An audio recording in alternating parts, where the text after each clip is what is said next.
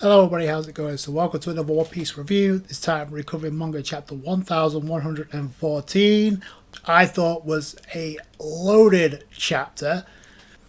And the funny thing is, like, this chapter kind of like ties in with the previous episode, episode 1103. We got a glimpse of the world building in that episode, what I thought was a really good, well done episode, especially when it comes to, again, like some of my favorite content when it comes to like the Egg Island is Joyboy and the characterization throughout this entire arc has been amazing. Whether you want to attribute that through the manga or the anime has done a phenomenal job. With every scene the Bonnie's in, they add that little extra something, even if it's a scene that doesn't necessarily mean much in the whole grand scheme of things, because it's a build-up. Like the whole thing with Kuma and her father being revealed, like the way that was revealed back in episode 1092, that was masterfully done, especially with the voice acting. Same thing here. Barney's on the warpath, understandably so, because she wants to know why Vegapunk did what he did to Barney, not knowing the situation. We know the situation, or we have some idea of the situation, but Barney doesn't. That's why I feel it was masterfully done, especially with the anime. Like the facial expressions for Barney are on point, as well as like pretending to be like her because she reverted to being a child, which even Vegapunk was like changed. His age was like he was changed younger again, so he's more vulnerable this time. On a side note, in the previous chapter, like his brain was like in some type of container, so he literally took out his brain and put it in a machine so it could be studied. Apparently, we got much bigger reveals. Either way, the whole build-up of Barney chasing after Vegapunk, and then the switch as soon as she enters that sacred room with the paw on the door. And I don't know whose choice it was to include that new OST, but that really hit the mark, especially for that moment. When Barney turns around again, it echoes what happened to, in my opinion, episode 1092, because the same thing happened as soon as she heard Kuma's voice through the Pacifista police. She turned slightly and noticed Kuma. I thought that was a great touch. It's the same thing here where she noticed the paw. She walked into the room. It was well built up, and she saw the paw bubble, which was also teased in the opening. So it was spoiled there. But yeah, whoever's choice it was to include that new OST as well as in charge of the art and animation for this scene, they deserve a raise because that was on point. And the episode mirrors what happened in this chapter, coincidentally enough, because we go to certain different locations. We see Kid is arriving on Elbaf, which we literally see Elbaf in this chapter, or at least part of Elbaf in this chapter. We also see Hamapo and Hibari being hunted by Garp, who's ready to rescue Kobe, who's been kidnapped by Blackbeard, so we know where that's going. So the hype train is setting off for that destination, so I can't wait to see that. So let's get right to this chapter. We start Yamato cover story, and immediately we get the answer to what Kinemon wanted Yamato to do. Kinemon wanted Yamato to return the sword to the Holy Inari Shrine pilgrimage, which is the shrine that belonged to Yasui, which is pretty cool considering this. I mean, this just if you see the map, it pretty much gives Yamato an excuse to like explore the whole destination of Wano, because it literally starts off in the Flower Capital and it goes all the way to Hakamai. So I don't know what's going to happen after that, but there you go. So that we get into this chapter, and like I said, the chapter itself mirrors what happened in the previous episode, because we go all over the world and we go to Navy HQ and we see the Marines. We see now, most notably, Hina doesn't really give much of an expression, but she's just like chilling in the background. But you see all the other male Marines, they're like freaking out because Vegapunk is about to reveal a huge secret, which the Gurusei do not want out, especially after this chapter. We see Fleet Admiral Sakazuki Alkaino. And speaking of the anime, we got introduced to like Hibari, who a lot of people seem to think that she is the daughter of Arcano. At this point, I don't see it, but that could be the case. But we'll have to wait and see. We haven't got too much information about that. The whole world is hearing about this whole catastrophe that the world's going to be plunged into water. And literally, this last 2 weeks, people have been speculating in the One Piece fandom what that could mean. How could the world be plunged into underwater? And admittedly, I did say it could have something to do with Fishman Island, or it could be the repercussion of the Mother Flame or the weapon that Emu used, which technically speaking, it looks like that's the case. And I find it very interesting. The first of the towns that's hearing this is Mockery Town, Mocktown, which is the same town that Bellamy first got knocked out by Luffy, which they also marked the rumor of Sky Pier actually being a thing, a Sky Island. So I remember how that worked out. So here they are. They haven't learned. They're still mocking it. I find it interesting, like other places we go to as well, like Water 7. That was interesting because that gets flooded all the time. In fact, it's mentioned here. We also see Paulie, which that's been a while since we've seen him, but that's pretty cool. This one got me really hyped up. Like, this chapter was loaded. Like, secret Easter eggs, like people we haven't seen in, like, I don't know, in years. Like, we go to Impel Down, which is another place that's underwater, and we get to see the Flamingo, who's living this up like it's the best day of his life, hearing all about all this. He's mocking Magellan because if the prison gets flooded, then they're screwed for devil fruit users as well. So, and then Doflamingo's like, oh, how about we go up higher? So Doflamingo, I feel, still has a role to play in the series. I don't know what, but I don't know why Oda would like show him if it's not going to lead to anything. But we do actually go to Fishman Island and Rigo Kingdom, and we find out that Shirahoshi's like, is that really going to happen? As King Neptune kind of like, oh, it sounds kind of like it's out of left field, which is what I said in the last chapter. But like I said, the simplest explanation turns out to be the most obvious. So we go back to again, the Marines are hearing this, but we also see a Vice Admiral there. Well, we also know that there's another Vice Admiral that's lurking around, which we haven't seen. We see 4 other Gurusei, and that includes Jupiter. So I was wondering about that. So yeah, so put that to rest. Jupiter's still alive. Most interesting one is Nash Juro, because the last time we saw him, he was being pinned down by a giant as Bonnie was about to attack. So I don't know how that worked out. And conveniently, Bonnie was absent in this chapter, along with Sanji and Frankie were absent. So I wonder what's happening with them right now. Let's say we see Mars rushing around. We see York running around. She's literally on point to try and find out, to take down that message before anything else is revealed. But it's still a little too late at this point. So then we go to another location who literally says the sea, and keep in mind the Vegapunk message that's being told worldwide. There's a couple of spectators that hears that following this calamity, the sea levels the world over will rise by 1 meter. A number of islands will inhabitable, since it's going to be submerged underwater. And there's a bystander that literally says, and no way, he actually saw it coming.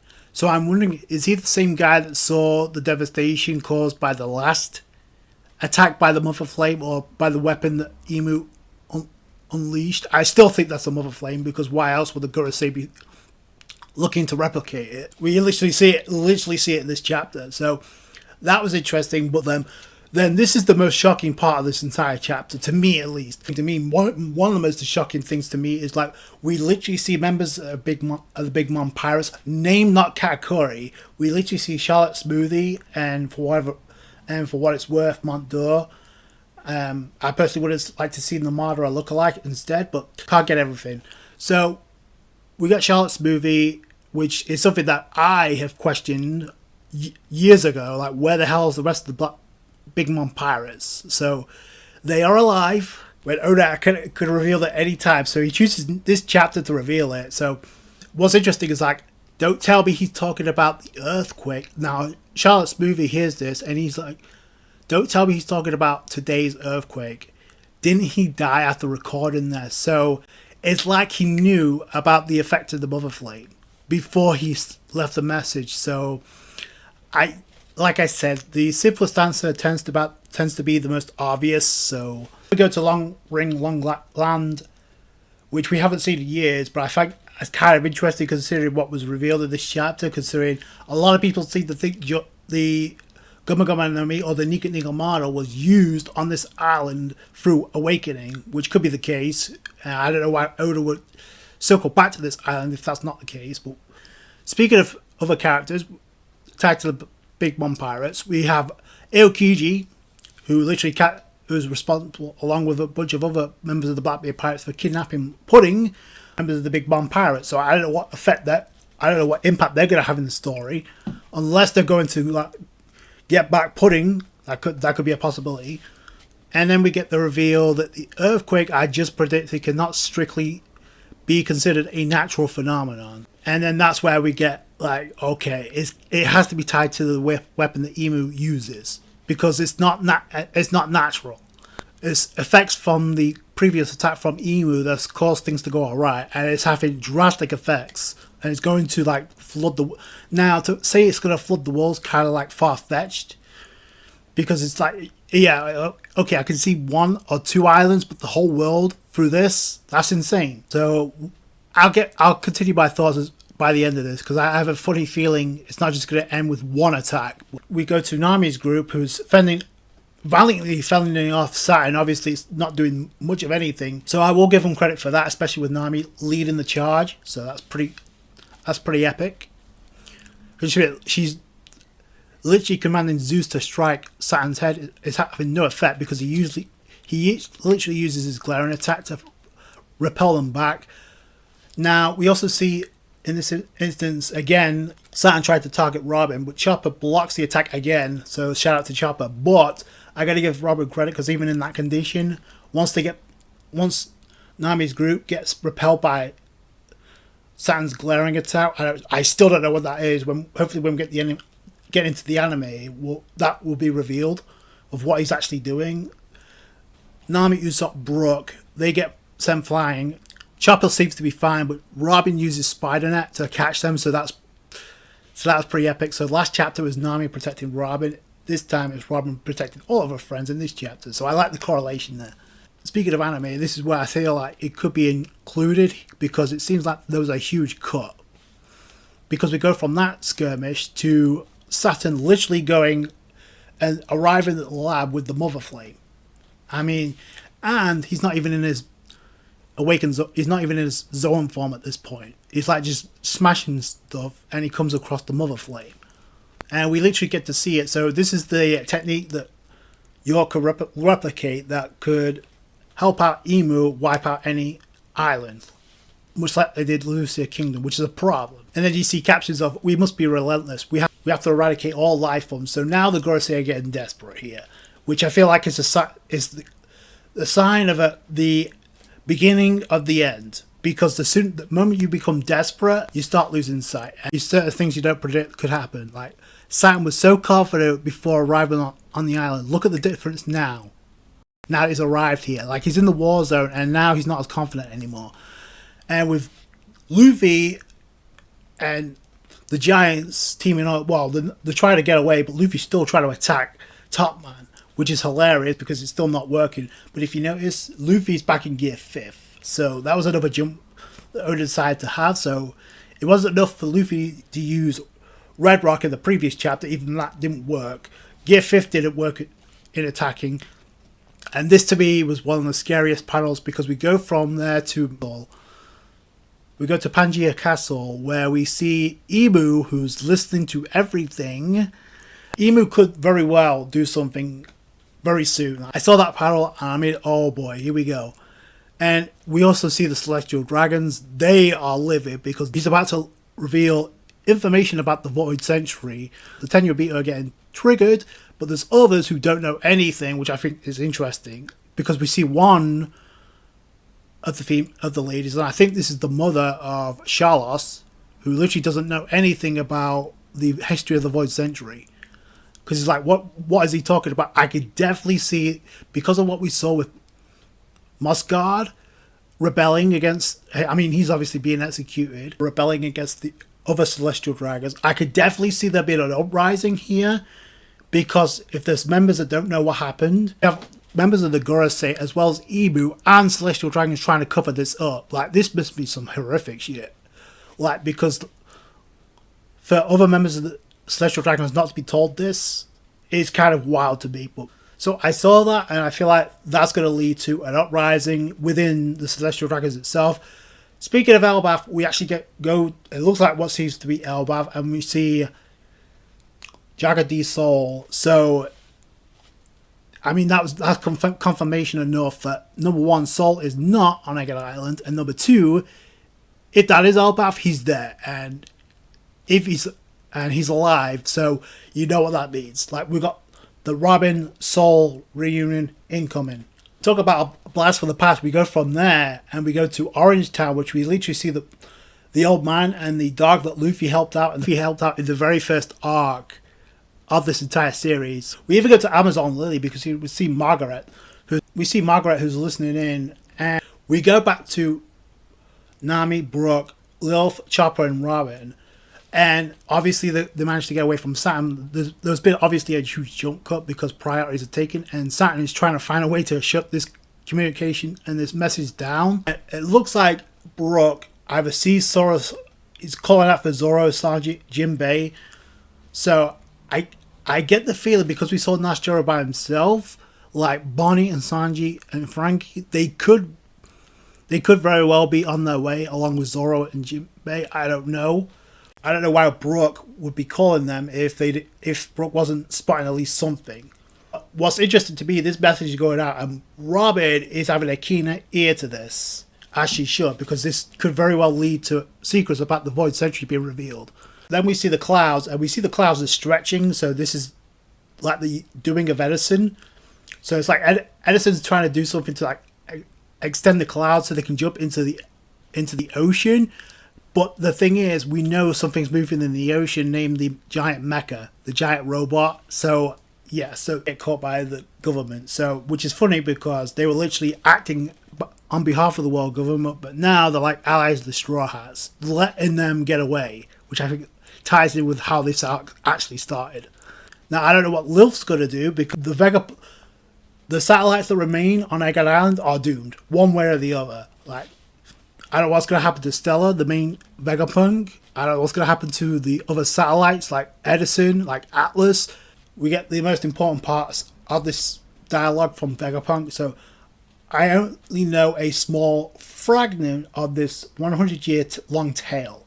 It wouldn't be right to leave you with baseless speculation, so I'll limit myself to the facts as I know them. Keep that in mind, because I'm going to go back to that in a minute. But as this message is going on, we see the Marines, they don't want this getting out. Meanwhile, Luffy in Gear 5th is trying to keep punching Topman, which did not work in the previous chapter, and it's not working here. But it's like, that's what Luffy does. So either these blows are going to have an initial impact, or Luffy's prepared for something bigger. Because, like, he's the reincarnation of Joyboy, and this kind of, like, ties into him as well, considering the Devil Fruit. The start of the story was born 900 years ago in a bountiful and advanced kingdom. Was this the kingdom, by the way? I'm just like the legendary sun god Nika from the fables of Elbaf. He, too, fought with a stretchy and elastic body, like, we didn't know that already. They called him Joyboy. He was the first man to take the seas, the first one to be called a pirate, and that's how the chapter ends. So that's the bombshell. Like, we're finally getting key information about what could be Joyboy's backstory, which we've been waiting decades for. So again, pay attention to the dialogue here, because Vegapunk Stella literally says, I only know a small fragment of this 100-year-long tale.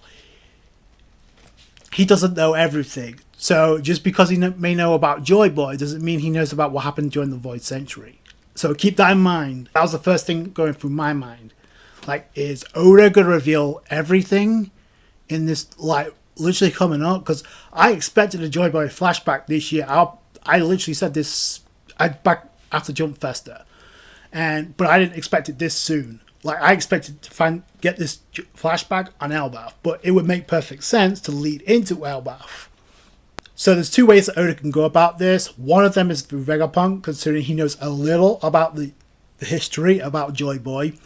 The other, and this is the most obvious, is this could be triggered by the Iron Mecha Giant robot that literally called for Joyboy and apologized. So that's the way that I think Oda could go about this. Like, he can kill two birds with one stone if he chooses to.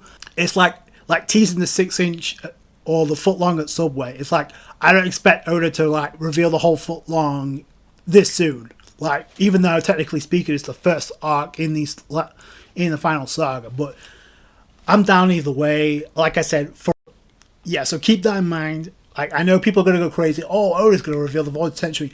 Not so fast. Like, he may know key information about Joyboy, but that's a different story. The other thing, and this is what I want to go back to, is like we literally see Emu in this chapter, and like I said, I feel like Emu's gonna wipe Egghead Island off the face of the map, much like he did Lucia Kingdom, because I don't expect Emu is gonna let this conversation go on. He could wipe out the Gorosei. That could be the reason why they're there. I said even something more monstrous that could happen that can wipe them out. Because what's going to happen to the Gorosei after this? Like, the whole point of the Strides is to get away from Mega Island, not to get into a full-scale war with them. Even though Luffy's trying to attack Top Man right now. That literally goes back to what I said in the previous review. Like, I feel like Emu's going to do something, and that could be how the water submerges a lot of the One Piece world, where we could potentially get finally the backstory about Joyboy. From Robin's standpoint, I think Robin's going to learn about the Void Century without this. That's just my personal opinion. I'm literally thinking back to what Rayleigh told Robin back at Sabi Archipelago. It's like, don't you want to find out what happened for yourself and maybe come up to your own conclusions? More or less, like, you could learn something that we couldn't, which I feel like is going to happen. There's no reason why Oda would have Soul shown in this situation, especially with the caption in these panels, like the poneglyphs, that those lonely stones dwelling in various quiet and calm lands all over the globe. Now, why would he show that scene with that type of caption, unless it's not leading to anything even bigger? So characters we don't get to see, like, I find it interesting we see Margaret on Amazon Lily, but we don't get to see Boa Hancock, which I feel like she's going to join Cross Guild just because it's a way for Oda to have Boa Hancock and Luffy reunite. That's one way you could do that. Also, I feel like Law's going to tag along because Law has some unfinished business with Blackbeard, plus he's vastly invested in what's going on, what happened involving the Will of D. Like I said, there's a lot that could be revealed here, but is Oda going to reveal it all at once? That's my question. But let me know what you guys think down below. I thought this was a great chapter. We have a 2-week wait to find out if Oda's really going to go through and give us the whole backstory of Joyboy, or if it's just going to be partial backstory of Joyboy. Either way, I'm hyped. I didn't expect it this soon. Let me know what you guys think down below. That's going to do it for you guys. Thanks so much for watching. Like the review if you did, a thumbs up. I appreciate that. Subscribe to for more One Piece. Catch you guys later. Thanks, guys. Bye.